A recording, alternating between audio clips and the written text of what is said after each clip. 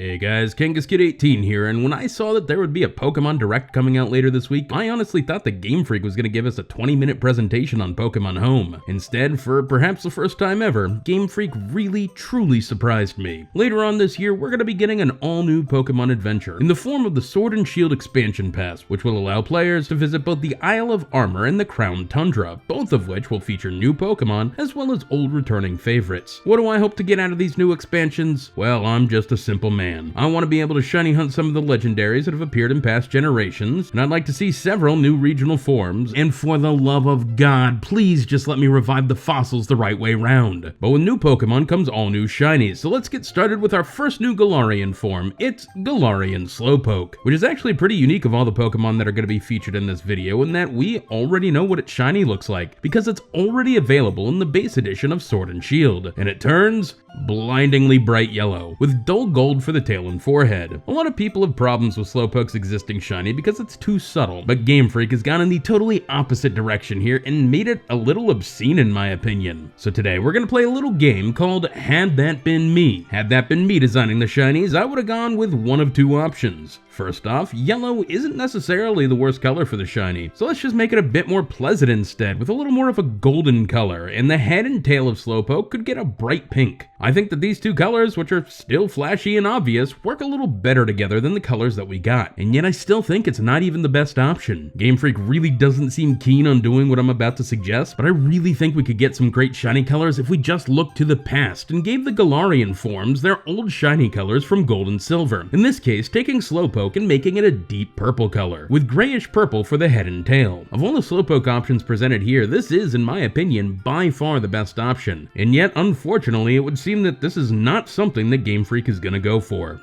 Next up, we've got a Pokemon that is somehow a legendary Pokemon despite not looking like a legendary. It's Cub Foo, the Danielson of Sword and Shield. Now, as much as I love the design of this Pokemon, and as much as I love its name, I really wish that Game Freak would stop giving us legendary Pokemon that have to evolve. For some reason, evolution just makes them unlegendary. In fact, I have a conspiracy theory that Cub Foo was originally designed as a Galarian Teddiursa, and when Game Freak needed a new legendary for their expansion pass, they said, we'll just use this. It'll be fine, nobody will notice.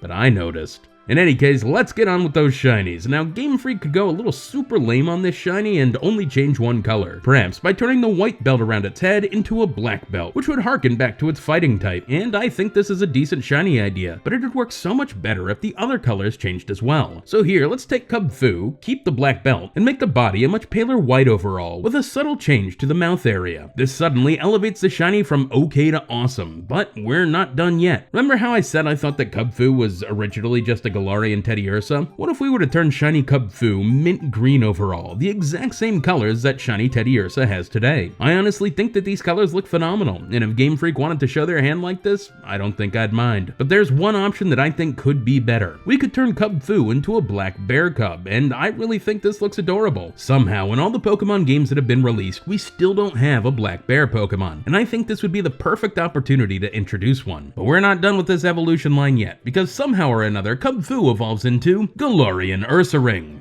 Shit, sorry, I meant Urshifu. Yeah, much like Cub Foo before it, I've got this conspiracy theory that Urshifu was originally supposed to be a Galarian Ursaring, but instead it's the new legendary for these games, and one which, interestingly enough, has two forms. There's Single Strike Style, which is fighting Dark type, and Rapid Strike Style, which is for some reason fighting Water type, which is weird because it doesn't even look remotely like a Water type, unlike some other Pokemon this generation that really could have used it. Remember this one? You know, the Pokemon that actually lives in the water? Anyway, maybe Urshifu Rapid Strike Style is supposed to be like a water bender or something, but that doesn't matter. We're here for the shinies, so let's get to it. First off, I thought that since the other legendaries this generation turned these kind of secondary colors when they were shiny, that shiny Urshifu would look better in primary colors. So in this case, turning red for Single Strike Style and blue for Rapid Strike Style. Plus, red is often associated with fighting types, and blue is often associated with water types. Right, Game Freak? Anyway, there's one more shiny I could give to Urshifu. Remember how I said that it looks like a Galarian Ursaring? Well, shiny Ursaring turns green, and while I wouldn't want shiny Urshifu to look anywhere near that kind of green, we could give it something a little mellower, perhaps turning Single Strike Style into a nice forest green, while Rapid Strike Style might look better in a slightly different jade green. I think that this is the best possible option for Urshifu's shiny, and I'd really like to see it happen.